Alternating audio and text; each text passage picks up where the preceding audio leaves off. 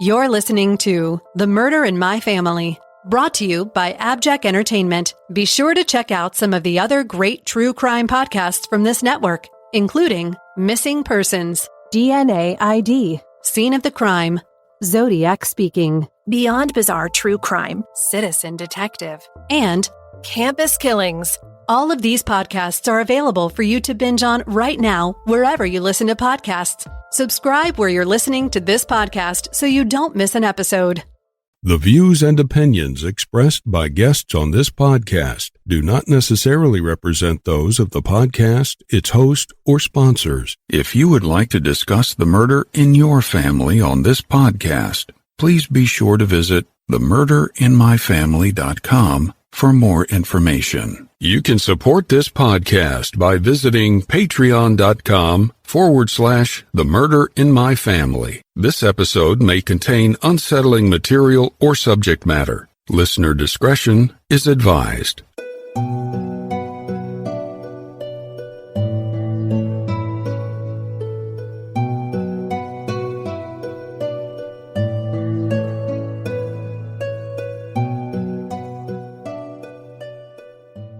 Thank you for joining me for this episode of The Murder in My Family. I'm your host, Mike Morford. In this episode, we'll be discussing the April 1990 murders of a beloved husband and wife and their unborn child at the hands of a ruthless teen killer in a small but upscale community. The family's tragic murder shocked the community and devastated their friends and families. We'll dive into this case after some quick housekeeping. Independent podcasts like this one depend on word of mouth to bring in new listeners. So if you find that you enjoy this show, please take a moment to rate and review it wherever you listen to your podcast. And be sure to introduce a friend to the show and invite them to listen. With your help, The Murder in My Family can continue to grow and reach a new audience. To learn more about the show or the cases we discuss, please visit themurderinmyfamily.com. You can also find us on Twitter with the handle @MurderMyFam or on Facebook at facebook.com/TMIMF podcast. If you'd like to support this show through a Patreon donation, it's always appreciated, and you can do so by visiting patreon.com/themurderinmyfamily. Benefits of supporting the show on Patreon may include early access to ad-free episodes of the show, plus bonus content not heard in regular episodes. Support may also include thank you cards, stickers, and more. In each episode, I'll give shout-outs to any new supporters. And thank you to all of the supporters that generously donate to help keep the show growing and improving. One last note. Please support any of the sponsors that you hear on The Murder in My Family, the way that those sponsors support the show. It's with our sponsor support that this show can go on and continue to provide a platform to share these stories with you in every episode. Thank you. And now on with the show. In the very last episode of 2022, we covered the case of 16-year-old William Jenkins, who was shot to death during a robbery, and we were joined by William's father, Bill. As it turned out, Bill met his wife Jennifer at an event for survivors of murder victims. She too had experienced a horrific loss. Jennifer's sister, Nancy Langert, and her brother-in-law, Richard Langert, along with their unborn baby, were killed in their townhouse in 1990 by a ruthless teenager with a gun. In this first episode of 2023, we'll be discussing the Langert family murders. Nancy Ellen Bishop was born on May 14, 1964 in Winnetka, Illinois, to Lee and Joyce Bishop. She was the youngest of three girls and always made her older sisters, Jennifer and Jean, laugh. She had excellent grades at New Trier High School in Winnetka, Illinois. Winnetka was a mid to upper class neighborhood with a population of 12,000 people. It was quiet and safe, and residents there liked it that way. Nancy graduated from high school in 1982. She was outgoing and bubbly, the life of the party. She liked acting and entertaining, but she dreamed of love and having a family. Nancy met her soulmate, Richard Langert, and the two became inseparable. Richard was born on November 22, 1959, to parents Robert and Dolores Langert, and he grew up in Chicago not far from Nancy in Winnetka. He attended Brother Rice High School there. Richard was more reserved and serious than Nancy, but their chemistry was undeniable, and in May 1987 the couple got married. They made their home in Winnetka and hoped to start a family, and by 1990 they were overjoyed to find out Nancy was pregnant. Nancy and Richard's home needed some work, so while it was being done, they stayed in a townhouse that Nancy's family owned until their home was ready to welcome a family of three. The young couple was excited for their future, but sadly, tragedy would strike, shattering their hopes and dreams. On April 7, 1990, the whole family went out to eat in Chicago to celebrate Nancy's father, Lee's birthday, as well as the upcoming arrival of the newest family member. Nancy was 3 months pregnant at the time. After the dinner, Richard and Nancy dropped off her parents at their home at around 10:30 p.m. and went back to their townhouse. The next day, Lee arrived at the townhouse, and when he rang the doorbell, he got no answer, so he went inside. The basement light was on, and he headed to the basement stairs, and that's when he made a gruesome and shocking discovery. Nancy and Richard were both dead in a pool of blood. They had been shot to death. Horrified, Lee tried to compose himself and went to call police. Detectives arrived and began to survey the crime scene. Richard's hands had been secured behind him with handcuffs. He was shot once in the back of the head, execution style. Nancy was shot twice, once in her abdomen and once in the chest. The gunshots to Nancy had killed her unborn child instantly. But it was clear to police from evidence at the scene that Nancy had crawled to Richard's body after being shot, and she laid down next to him. There was a heart and the letter U, a final "love you" to Richard written by Nancy in her own blood. Police wondered what the motive here was. It was clearly no robbery. Valuable electronics, jewelry, and even cash were left behind and out in the open. The sliding back patio door had pieces of glass carefully cut out of it. The pieces were in a pile on the doormat. There was one glove near the back fence, and beyond the fence there was a bike trail. Police felt that the killer may have used it to make his escape. Both Nancy's and Richard's families were devastated by the murders. They had no idea who would want to hurt Nancy and Richard, or why. News of the murders of the beloved couple and their unborn baby rocked the community, and police desperately sought the killer, but an arrest didn't come quickly. In October 1990, 6 months after the murders, 2 students at New Trier High School walked into the Winnetka Police Department lobby and asked for witness protection. One student, named Fu Huang, a senior, and his girlfriend were there to report that their friend, 16-year-old David Barrow, was responsible for the Langert murders. Barrow lived just down the street from the Langert's townhome, and the bike path went right between the 2 homes. Fu Huang told authorities that Barrow had shown him a gun, and he was worried that Barrow would shoot more people if he wasn't stopped. At first, investigators thought that Barrow was just bragging to friends about a crime he didn't commit, but the tipster gave police a piece of information that they hadn't revealed to the public yet. A stray bullet had been found on the wall right above the baseboard on the first floor, and Barrow had told Fu that he accidentally popped off a round because he had been nervous committing the crime. Authorities searching Barrow's home found a padlock on his bedroom door. Inside was the murder weapon, a stolen .357 Magnum, as well as a pair of handcuffs similar to the pair left on Richard. Also in Barrow's bedroom was a glass cutter and a scrapbook of articles about the Langert murders. Although DNA used by police was still in its infancy, Barrow's blood type matched the blood type of the DNA found on the glove by the back fence. Barrow pleaded not guilty to 2 counts of first-degree murder and 1 count of intentional homicide of an unborn child, burglary, and home invasion. A look into his background revealed a history of trouble. When he was just 14 years old, he was sent to a juvenile psychiatric facility after he tried to poison his family by putting something like antifreeze in their milk. After just 2 months, his parents took him home against the recommendations of doctors, and when he was released, they put in writing that it was still believed by staff that he was dangerous to himself or others. David Barrow was given 2 mandatory life sentences, one for the murder of Nancy and one for the murder of Richard, as well as a 3rd discretionary life sentence for the intentional homicide of the Langert's unborn baby. Barrow maintained his innocence until 2012. That's when he responded to a letter from Nancy's sister, Jean Bishop. She had written him hoping for answers. He wrote back to her, "I think the time has come for me to drop the charade and finally be honest. I am guilty of killing your sister Nancy and her husband Richard. I also want to take this opportunity to express my deepest condolences and apologize to you." That same year, the U.S. Supreme Court ruled that mandatory life sentences for juveniles were unconstitutional. So if Barrow was in prison for the rest of his life on those charges, he might one day be set free. But the discretionary life sentence was something that he couldn't get out of, and he remains behind bars today. It seems that Nancy's sisters, Jean and Jennifer, have different views about David Biro. Jennifer said to CBS News that he is someone for whom permanent separation from the rest of society is sadly necessary. But Jean added, "Does he deserve another chance? Yes, I think he does." In 2015, Jean wrote a book called Change of Heart about her process of forgiveness. That same year, a judge rejected Biro's appeal regarding his life sentence for intentional homicide because it was a discretionary sentence, not a mandatory life sentence, and thus it wasn't subject to the 2012 Supreme Court ruling.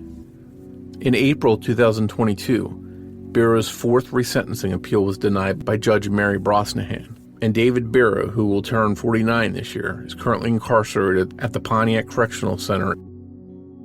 Joyce and Lee Bishop later moved into their townhome despite knowing what happened in the basement to their daughter, their son-in-law, and their unborn grandchild.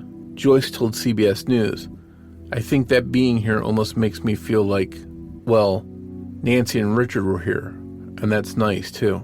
She tried to think of how they lived, not how they died. Nancy's father, Lee, passed away at the age of 73 in November 2003. He was haunted to the very end about finding his daughter dead. And all these years later, Nancy's two surviving sisters seem to be at two different places in regards to their thinking about Biro. While Jean seems to want to give him a second chance, Jennifer is fighting to make sure he stays locked up.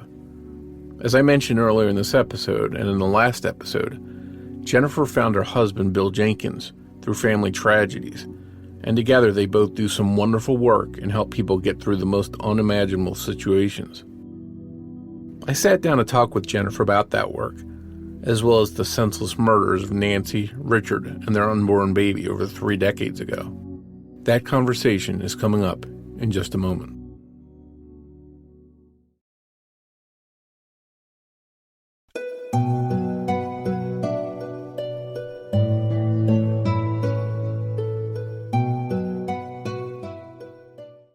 Hi, Jennifer, and thank you for coming on The Murder of My Family to discuss a very tragic case, and this is the murder of 3 of your family members.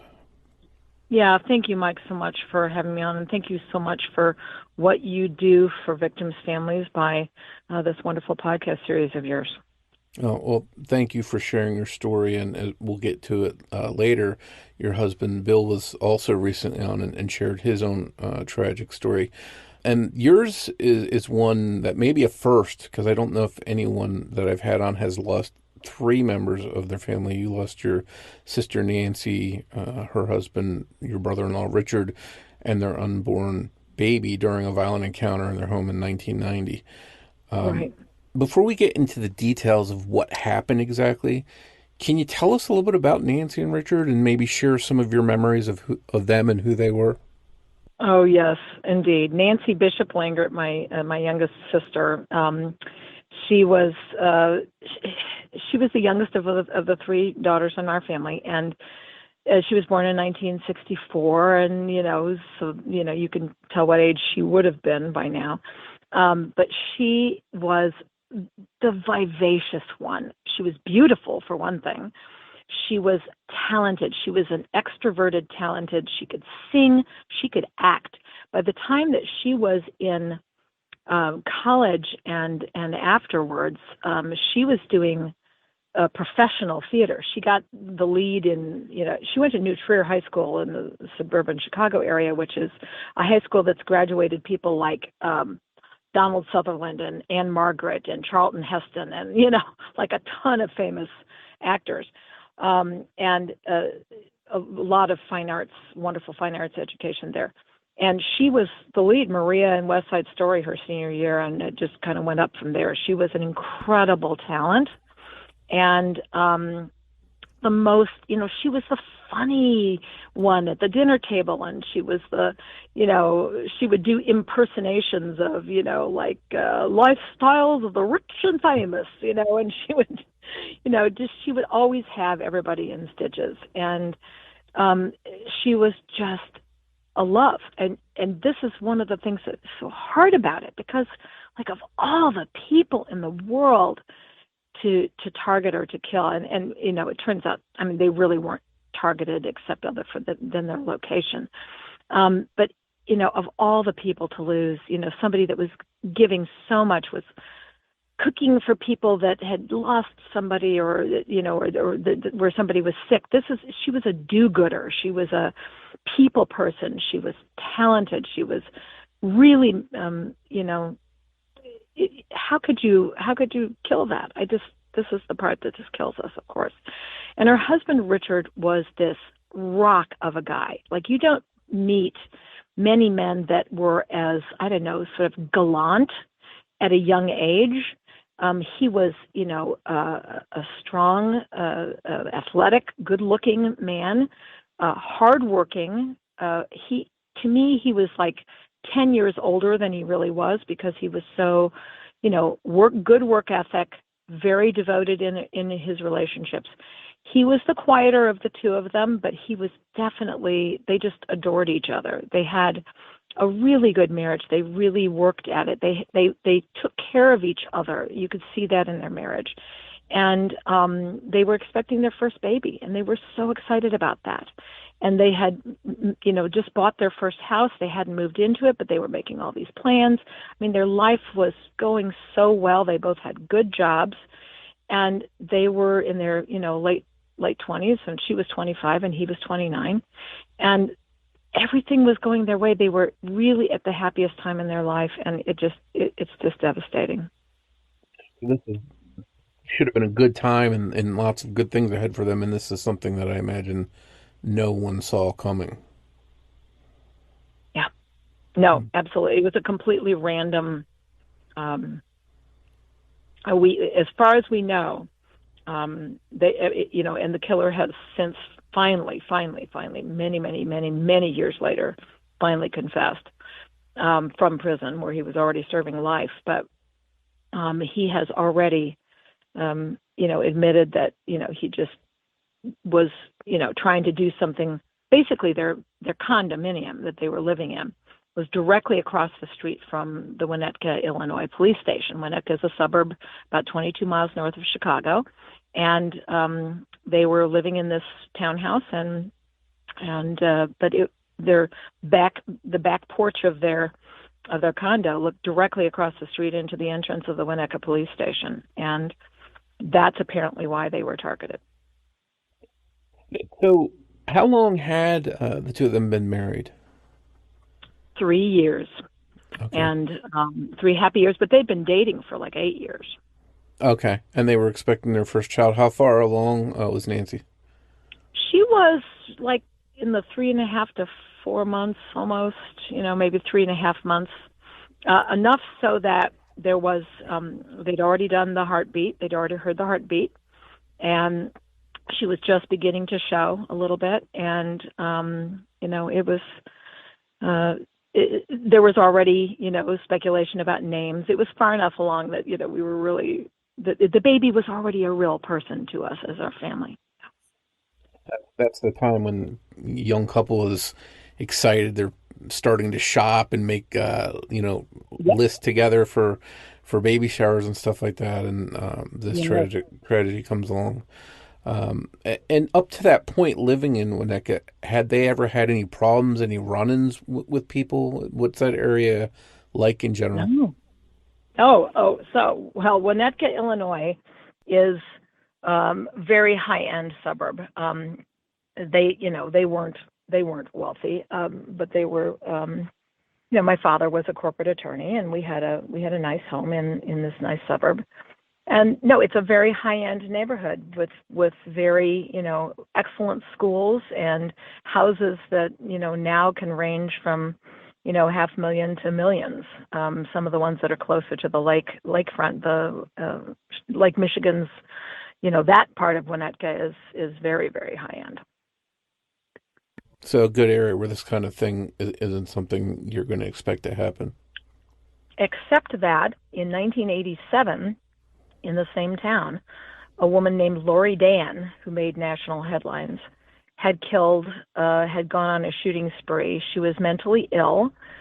She was a schizophrenic who was off of her medication, but there was a movie made about her starring Valerie Bertinelli, and some people have heard of the Lori Dan murders.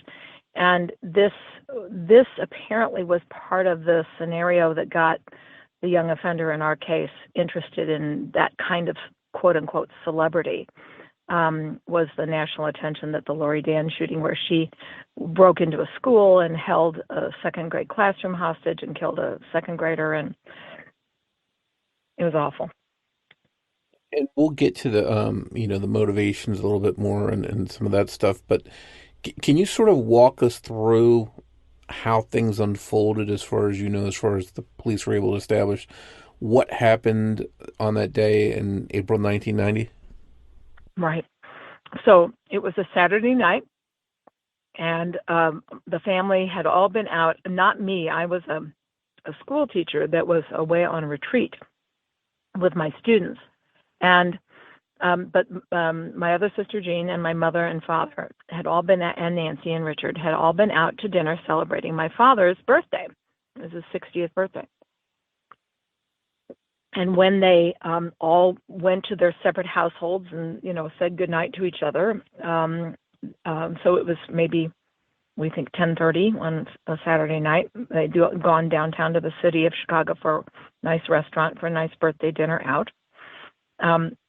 Nancy and Richard went back to their condo and walked into their home, and there was a man sitting there in one of their pieces of furniture, sitting in a chair, and he was all dressed in black, holding a .357 Magnum. He was actually dressed in a black trench coat, a black knit cap, black boots, black leather gloves, black pants. I don't know if you know about the black trench coat mafia thing. The trench coat mafia thing that came into the Columbine shooters' minds was inspired apparently by our guy, which had been before Columbine, a little bit before the Columbine massacre. So he was dressed like an assassin, though. I mean, he was very consciously dressed that way. And he confronted them. They thought that he held them at gunpoint. He threatened to kill them immediately. Nancy had just cashed her paycheck. She actually had like $500 in her purse, which is very rare. And she thought that they were being robbed, and she said, "Look, I've just cashed my paycheck. Look, I've got $500 here, cash. Please just take this, take jewelry, take anything you want, just take it and go. We won't bother you. Just take whatever you want." And he said, "No, that's not why I've come." And he ultimately marched them down at gunpoint to the basement. When she told him she was pregnant, he apparently reported later having a little bit of a second thought about it. And he told them to go down in the basement, and then he would leave. And by the way, if I can just say, Mike, at this moment, there's a couple of rules if you're ever confronted in a criminal situation. And one of them is, and there's some great people that, like J.J. Bittenbinder and people like that teach, crime prevention if you're ever a victim. And one of the rules is you never let the guy with the gun move you to location B, because location B is where you're going to end up dead. Heard you make your stand wherever you're at that moment. Either that, or you just scream and run. Like you try to actually act quicker. And of course, they were already inside their apartment. It would have been hard to outrun him at that point. But it is, that is a safety rule. You just, location B is always going to be worse than location A. So, but back to he did. They cooperated. They thought that would be a way out. And they went down to the basement, and when he got down to the bottom of the basement stairs, he was holding the .357 Magnum handgun at point blank at the back of Richard's head. He fired, and quite literally blew his brains out. And Nancy had to watch his head explode. And it was, that's the part that if there's anything that I can't cope with, it's the thoughts of what her final minutes were like of her life.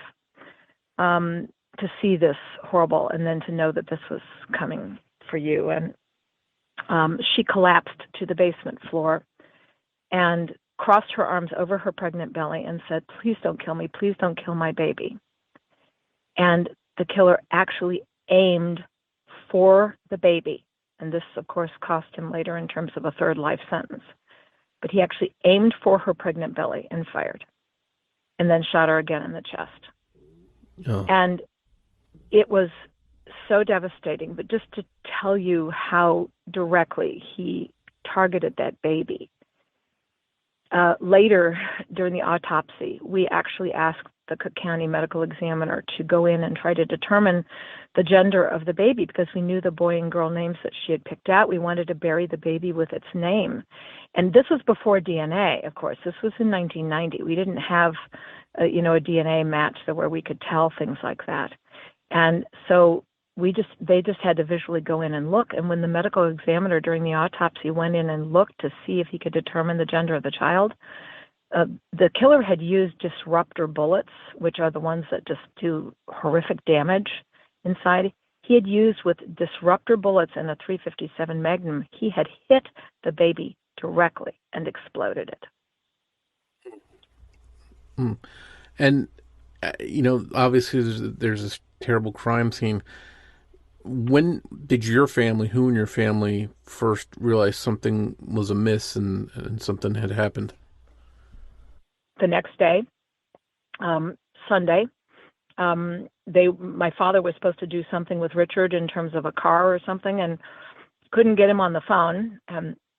He went over there to find him and to find them, and saw their cars parked out front, and immediately got worried.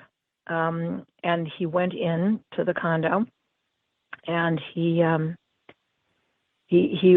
saw, a bit of a mess, and he went downstairs and he found them. And I want to say one more thing about what he found. And that is that after Nancy had been shot twice, she didn't die immediately. She apparently lived for a few minutes and was trying to pull herself over to her husband, near him. The last thing she did before she died was she took her hand in her own blood, and as she was weakening, she drew a message on the floor of the basement, and it was a heart and a U drawn in her own blood. And that we found her, my father found her laying there having left this message in blood, very clearly, a heart and a U, love you.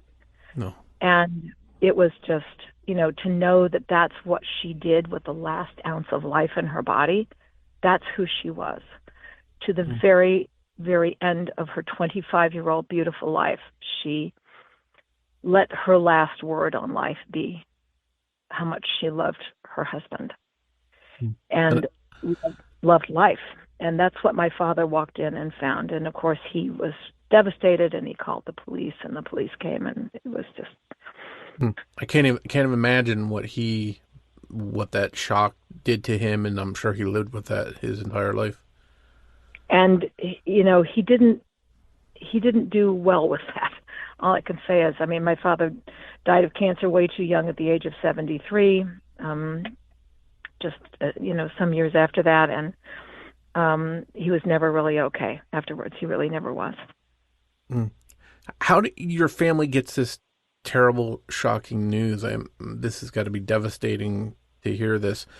What did the police tell you? Did they have any leads? How quickly did they come, discover this guy, Bureau? Not for a long time. First of all, when I had been away on retreat with my high school students that weekend. So when I walked in the door to my house, and remember, this was before cell phones and all that. So as soon as I walked in the door to my house Sunday evening, when I got back, the phone was ringing and ringing, and it was my mother. And my mother and father both got on the extension, and they said, "Are you sitting down?" And I said, "No." And they said, "Please sit down." And so I sat down on the couch, and I said, "Okay, what's up?" And then they told me the news that Nancy and Richard had been found murdered.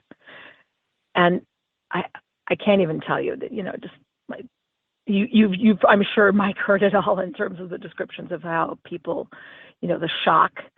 You just feel like your internal organs are falling to the core of the earth, and you just, it was just devastating. But then they very carefully told me to pack a bag and come home immediately, come up there. And so when we got there, Sunday night, when I got there, the police were there with my parents and my other sister in the living room of the condominium there, and we were talking through all of the. Actually, no, it was in their living room in their home. We were talking in my parents' home. We were talking through all of the questions, but they asked us if we knew anybody that would want to hurt them, but we really didn't have any clues. There really was not any evidence of who it could have been, and then it was absolutely. We were all trying to scramble in our minds, like, who could have done this? Like, why would anybody do this?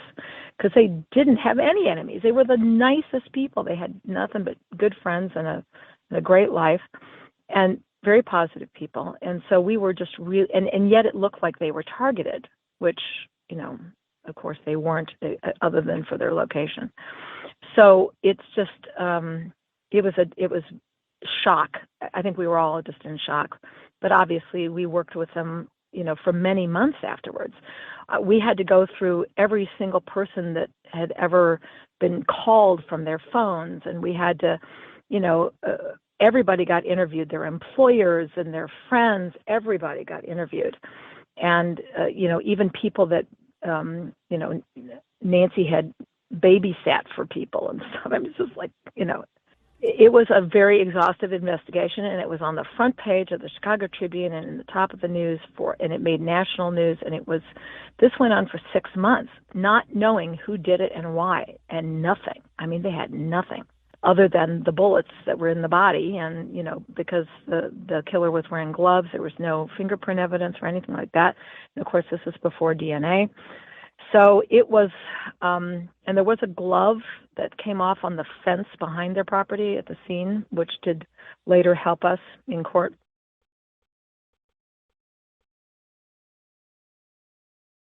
But it was ultimately what led to the actual arrest was that the killer, who was a high school student at the local high school, New Trier High School,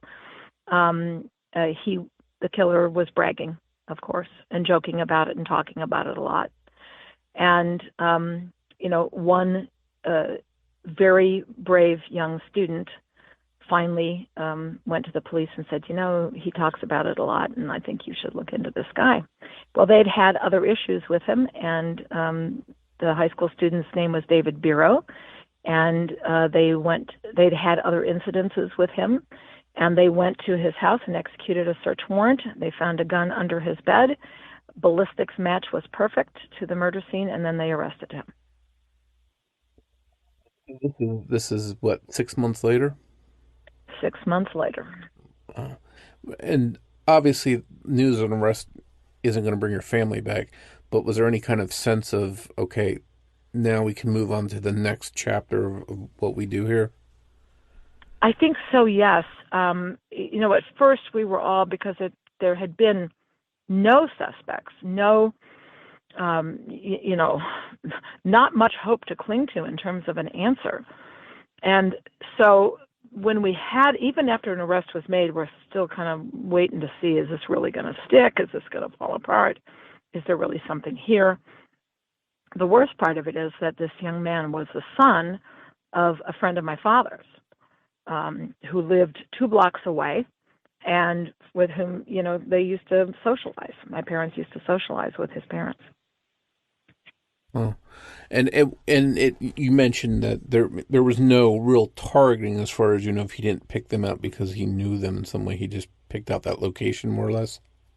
To this day, the best that we have is that because of there was this row of condominiums directly across the street from the Winnetka police station, and he wanted to do it under, look what I can do under your nose and get away with it. He thought he was this super brilliant serial killer. He had been studying and reading about serial killers. He'd read about Leopold and Loeb, the young men that want to commit the perfect crime. He had in his locked bedroom, there's a whole conversation we can have about bad parenting. Neglectful parenting, where parents had been warned with many other incidences of him shooting with BB guns, him trying to, kill other people, set a girl's sweater on fire at school, shot a second grader in the head with a BB gun, point blank range in their front yard. He had actually tried to poison his own family. Just a few months before Nancy and Richard, he brought home some, chemicals from his chemistry class at the high school, and put a whole bunch of poison in the family's milk. And they all got really sick. His mom had to go to the hospital. They know, and at that point, he had been taken to a psychiatrist in Charter Barkley adolescent psychiatric unit. And they evaluated him and said, "This guy's dangerous. He's a sociopath. He's dangerous. We need to keep him in," and asked the parents to sign off on that. And they had a meeting where David Biro and his parents and the siblings and medical professionals were all together in a room. And the siblings are begging, the parents not to let him go. And the parents are kind of quiet and upset and worried. But in the end, David Biro always manipulated his parents, and he just said, "Oh, school's about to start. I'm going to be fine. You need to just I'll be okay. You guys keep an eye on me. Don't worry about it. Let me go home. I just want to get back to school, get back to normal." And of course, the parents wanted to do that too. But they had already then multiple incidences where he had been seen to be dangerous, was fascinated with guns, was shooting out people's car windows and tires and trying to hurt other people and trying to hurt them, and being then diagnosed as a dangerous sociopath. And they still ignored that. And then only months later, Nancy and Richard are dead. So we sued the parents later as part of our wrongful death suit. And they were found to be culpable. Well, there are plenty of warning signs there. It's not one of those cases where just out of the blue something happens and there's no background to say, hey, this was coming. It sounds like there was plenty of stuff to indicate that. Yes. Mm. And so he gets into the court system. Obviously, he's a juvenile. Was he tried as an adult? Yes, he was, because at that time, he was 4 weeks shy of his 17th birthday, and in Illinois at that time, in 1990, the criminal adult age for violent felonies was 17, not 18. They've since raised it to 18, but it is. He was so close to being tried as an adult anyway, and you know how the laws are. Mike, you talk to murder cases all the time. You know that there is juvenile ages are set for the juvenile justice system all across the country. Every state is a little bit different, but every country in the world does this one thing, which is that it says that, maybe 18 is the adult age, but hey, if they do something really calculated and really, really violent and really, really dangerous, and they're, 16, they should be able to face criminal adult charges. Now, if they're, 11 or 10, or 9, there's probably going to be a different set of standards. But the laws are pretty universal around the world, that there's a sort of a corridor between 14, 15, and 18 that says, hey, you're old enough that if you do something really calculated and really awful, you're going to be tried as an adult. And he was tried as an adult, and therefore he got a mandatory life without parole, double life without parole sentence for killing Nancy and Richard. And he was charged with the death of their baby as well, correct? Yes, and what happened is that he was charged with home invasion, intentional homicide of an unborn child, and then the two first-degree murders. And when the judge sentenced him to the 2 mandatory life without paroles, he kind of initially just assumed that that was the only sentencing that he needed to do. But a couple of years later, an appellate court, and thank God for this now because of what's happening with the Supreme Court and juvenile sentencing laws, thankfully, an appellate court directed the judge, the original trial court judge, to go back and do an additional sentencing for the baby. Intentional homicide of an unborn child was a discretionary sentence, not mandatory. The judge could have chosen as little as 20 years or as much as another life without parole. And in fact, just a couple of years after the murder, when the appellate process was going on, it went back to the trial judge, and the trial judge did sentence him to a third discretionary life sentence for the intentional homicide of the unborn child. And at that time did a really good job of talking to him about why he deserved this other maximum sentence, about how he was young, but yes, he had all of these opportunities. He had this previous record where he had been offered psychiatric help. He had good caring parents. At least they were somewhat neglectful, but they were caring, at least, and not bad people. Maybe naive and too busy at their jobs, but they were, he had a lot of things going for him: a good life, good schools, good friends, good family. And yet he chose to do this really evil thing. And he clearly had, if you look at his writings and his journaling, he was clearly enthralled with evil personalities. He loved Charles Manson, and he idolized and would read about and study about, criminal serial killers, which is why, of course, my heart is breaking just this week with the arrest of that Idaho serial killer that killed those college students at the University of Idaho, and they finally made an arrest after all these months in that case. They found a very similar profile. This is somebody who actually studied serial killers and found them fascinating and was, actually getting a PhD in criminology in the case of this recent Idaho case. So it's really, there is a profile of people who are, even at a very young age, clearly sociopathic or psychopathic. There is a book by Dr. Robert Hare called Without Conscience, and it was published, 40 years ago, but it was the field of psychology and psychiatry that defined what a sociopath and what a psychopath are. And now there are tests that you can take, and there are medical criteria.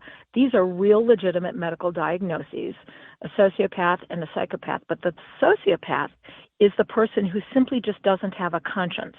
They don't feel anything for anybody else but for themselves. The only rush or thrill or emotion that they feel is if they do something to break the rules that makes them feel like, ooh, I got away with something.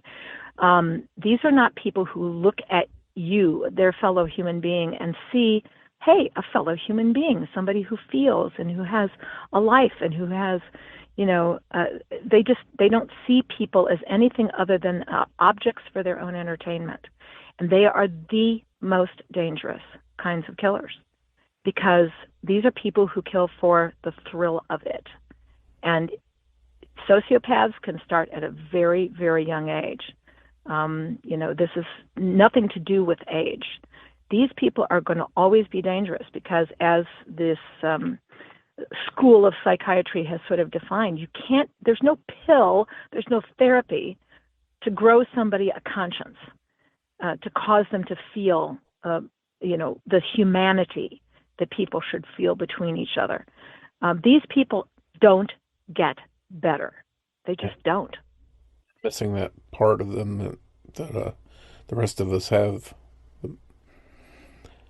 And this is maybe a good segue, because before we started recording, one thing you mentioned that was important was sort of this process or progression of, an offender's age and the justice system.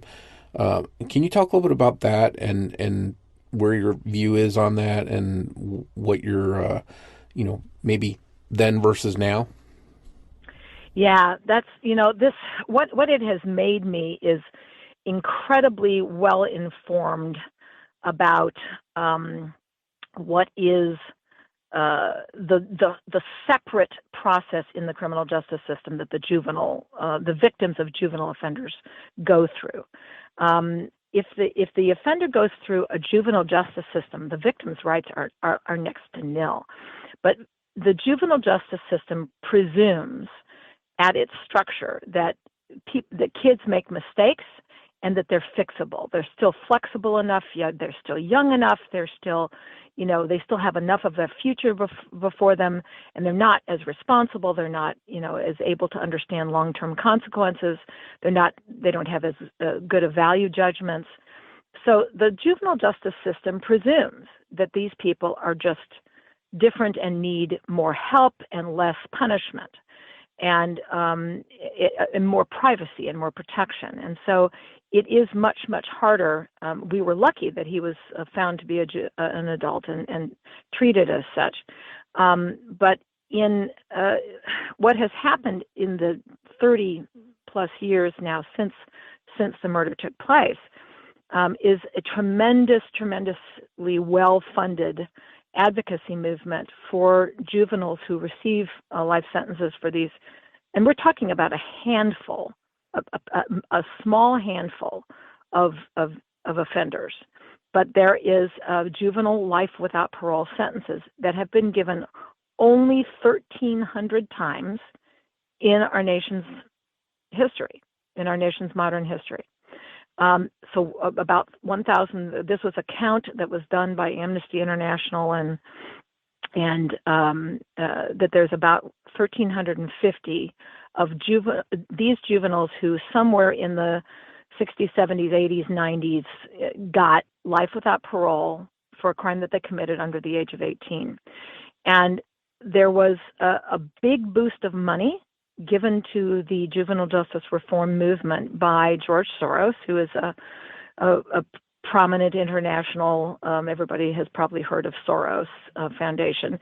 I don't even know if Mr. Soros is still alive, but he was a Hungarian socialist who believed in using his money for remaking the world in his utopian image. And part of his concern about the extremely overly punitive American criminal justice system, when you compare it to, say, Europe, for example, he looked at the number of percentage of Americans, and I actually think he was quite right about this, which is that, half the people in America's prisons were in prison for nonviolent offenses, and significant numbers of people who were racial minorities were sentenced differently than people who were white and had better lawyers or whatever. So there was a lot to be concerned about in terms of the need to reform the American criminal justice system. But he felt that the juvenile justice system was the one low-hanging fruit that he could throw some serious money at and try to make some reforms.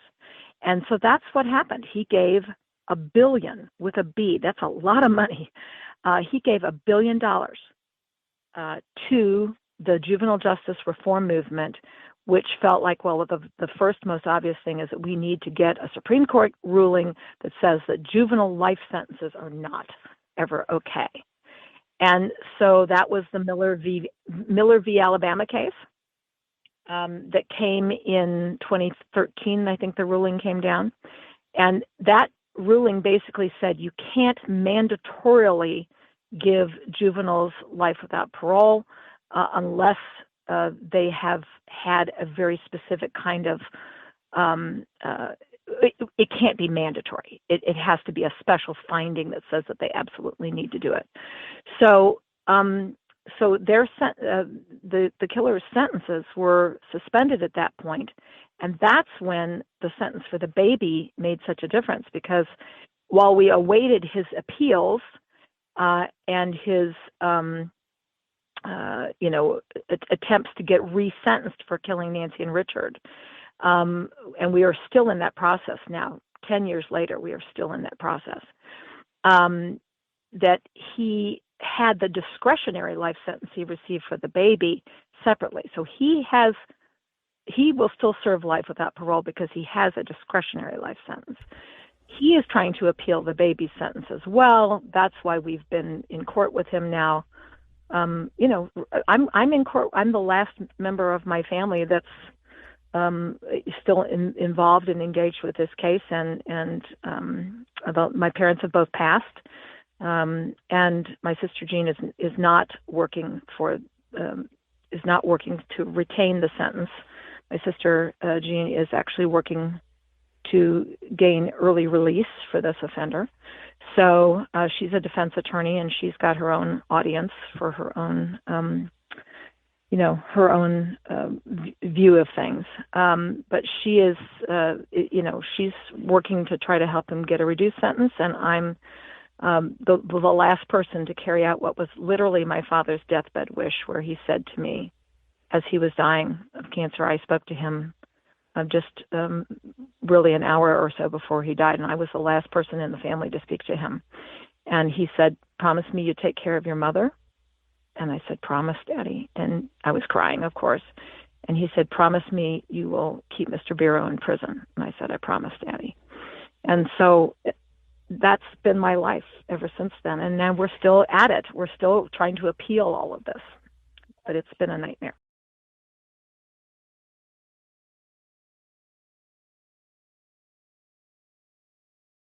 And you just talked about a whole variety of issues and things that are sort of pop out of the woodwork when you have a case like this.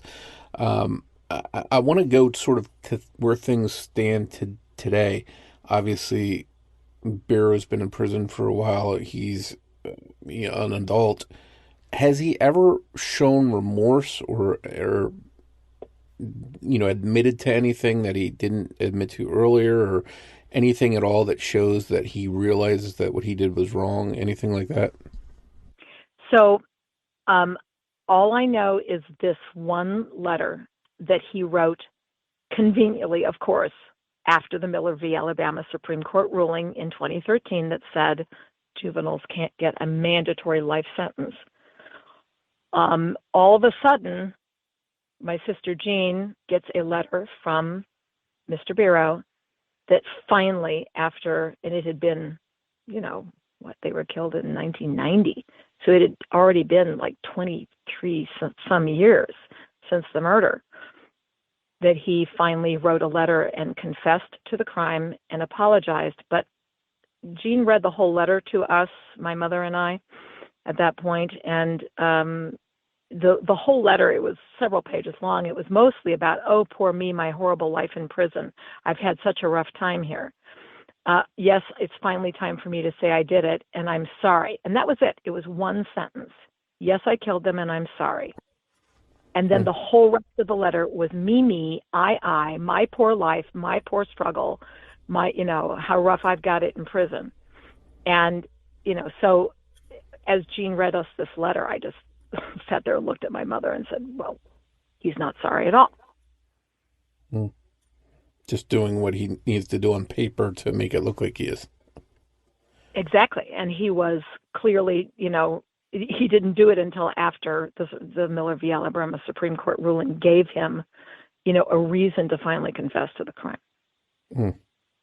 Well, Ed, I want to segue a little bit to, sort of a contradiction to two different ends of the spectrum. So here you have this terrible person that committed this crime when he was 16, and then you wound up marrying your husband Bill, who lost his 16-year-old son to a violent murder in 1997. In fact, we covered his son William's case and spoke to Bill in episode 123, and I think it really demonstrates the duality of two completely 16-year-old different stories, one that committed a violent act and one that was a victim of a violent act.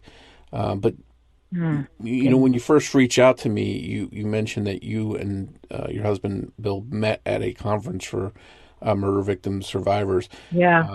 And since that time, you've both done a lot of work in this space of helping people and helping people get through these awful things. Can you talk a little bit about the work that you have done alongside with Bill and sort of How has that helped you heal at all in any way? And I don't like to use the word healing because healing is a sort of a medical model that implies I had a sickness and now I'm over it. Those are not correct descriptions, as I know you well know. There isn't a healing from something that has gone wrong with you. There is a journey. There's a process.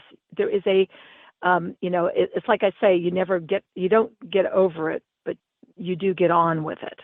And you learn to walk first. My mother would describe this step by step. And first it's like taking a step in the mud and you can barely lift your foot out. But, you learn to live anew each day, and you take step by step by step your life's journey. But going forward, it's what they literally describe as a watershed experience. These are those moments in your life. A watershed is like the peak of a roof of a house that makes everything goes one direction. When the rain hits it on one side of the house, it goes one direction. On the other side, it goes on the other side. It goes another direction. This is a peak experience in life where after that, nothing is the same. Everything is different and going in a different direction. And I was, forever changed by this. And nobody can understand that as well as another murder victim's family member. It is not at all surprising to me. I was just doing our Christmas card list for this year. It's all some of our best friends were all murder victims' family members. We get each other. When I met Bill at this conference for murder victims in Boston College in 2001, it was a conference called Healing the Wounds of Murder, and he had just written his book, What to Do When the Police Leave, A Guide to the First Days of Traumatic Loss, which is an amazing book. And he was invited to speak. He and I were on a panel together. It was truly an amazing journey to find, just to connect to somebody who we get each other. We get each other. And this actually happens a lot. And you see marriages break up after murders too, because, one spouse wants to just quietly and stoically go on and the other one is falling apart. And it's not, it's a relationship destroyer for sure, as much as it is a new relationship builder. But for Bill and I, activism has been therapeutic, no doubt. Being able to help other people, that has been, that's a way to be able to keep Nancy, who she was, the loving person, this person that would leave this message of love in her blood. She gets the last word. She said, love you, the last second of her life with the last ounce of life in her body. And that is what I am going to devote myself to. I'm focused on being that love in the world. And so that has led me to work with the Brady campaign to prevent gun violence. It has led me to work against the death penalty, to work against killing again. Not saying I'm against life without parole. I'm against the death penalty because I don't believe that more killing says that killing is wrong. If we say that killing is wrong, then we can't kill. And I know people can disagree in good conscience on this issue. But it has led me to do, work most importantly for victims' rights, which is my work with Marsy's Law. And Marsy's Law is an amazing movement that has been around for a good long time. And I want to give the website out if you don't mind. It's marsyslaw.us, M-A-R-S as in Sam, Y-S as in Sam, law, marsyslaw.us. Is already passed in, a significant percentage of states. More than half of Americans are living now under Marsy's Law rights. This was a California murder case. Dr. Henry Nicholas's sister, Marcy, was murdered, and he has done this in her name. And it's been an amazing thing to be a part of, to help crime victims to know more about what happens in their case, to have enforceable rights in their case, the right to be present, to be notified, to consult with the prosecutors, to receive restitution, to be kept safe during the process, to be able to make statements, all of these things. Our family was denied the right to make a statement.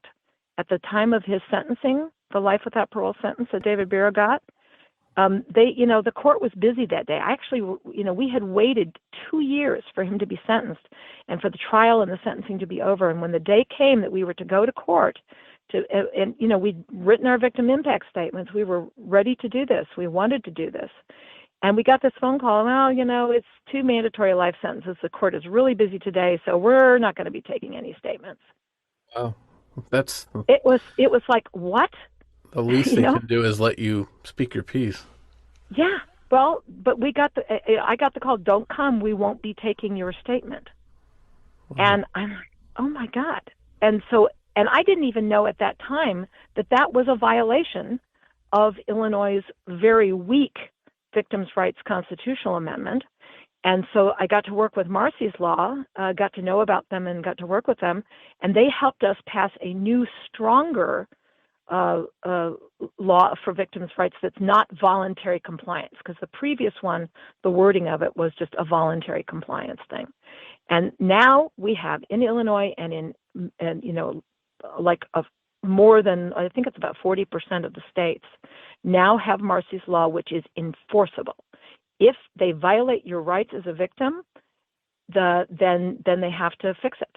They have to judicially fix that violation. So it is. It's been a really rewarding thing to do this work at Bill's side. Bill is still out educating. He's a college professor, and he's out educating and speaking and teaching to victim advocates, training them with his book. It's been very, very meaningful to go out and do work to help prevent violence and to help other crime victims. That's been primarily the 2 focuses of our work, is to prevent more people from being victimized and from more people from being murdered. And, gun violence prevention, that is the biggest thing. America is insane on the gun issue. No other country in the world does what we do on guns. It is nuts here how many people are dying because of just random shootings. And we've just gotten used to it. And we think that this is normal. And in other countries, this does not happen. What we have here is insane. We've had over 1.2 million people that have died from gun violence in this country since the late 60s and Dr. King's assassination. It's just insane what we have here. So that's a really obvious no-brainer, is to try to do like what other countries do and more carefully regulate who can get guns. And I'm not saying ban them. I'm just saying, what other countries do, which is regulate them and regulate them in a responsible manner. So there's been that work, and then there's been the work to help other victims. We've involved with wonderful groups like Parents of Murdered Children and Murder Victims Families for Human Rights, and then we just go out and keep telling our stories and keep helping people to learn how to take a step and the next step and the next step. You keep going, and I'm always amazed when I see someone that has a tragic event like this and they somehow find a way to do something positive with it. And I think all that stuff you're doing really honors your family's memories, and I'm sure that Nancy and Richard would be proud of you and what you've done. Thank you. I really, I feel like it's different losing a sibling. Like my husband's, he lost his firstborn namesake son, and his grief is very different than mine. I don't even compare them. It's much more paralyzing what he has to deal with. But for me, I feel like as the older sister of, like losing a sibling, it's kind of like now I have the years that she didn't have. I've got the children that she didn't have. I've got the happily ever after in a marriage that she didn't have. I've got days and time and years that she doesn't have. And so with that, I can't not live it in a way that honors her, that tries to do something with what we lost when we lost Nancy Bishop Langert. Well, I really appreciate you coming on and discussing what happened. And what you've gone through and where you stand now and the help you've done for other people. It's admirable. And every time I have someone on like you that's found a way to help others, that's something that I'm really honored to have people like that on my show. So thank you for all of that, and thank you for sharing with us. Oh, thank you, Mike, so much for what you do. And I hope that everybody who is a murder victim's family member will reach out to organizations like Parents of Murdered Children and other groups, and just find reach out to Marcy's Law if you want to work with victims' rights, and find other victims like us to connect to, because we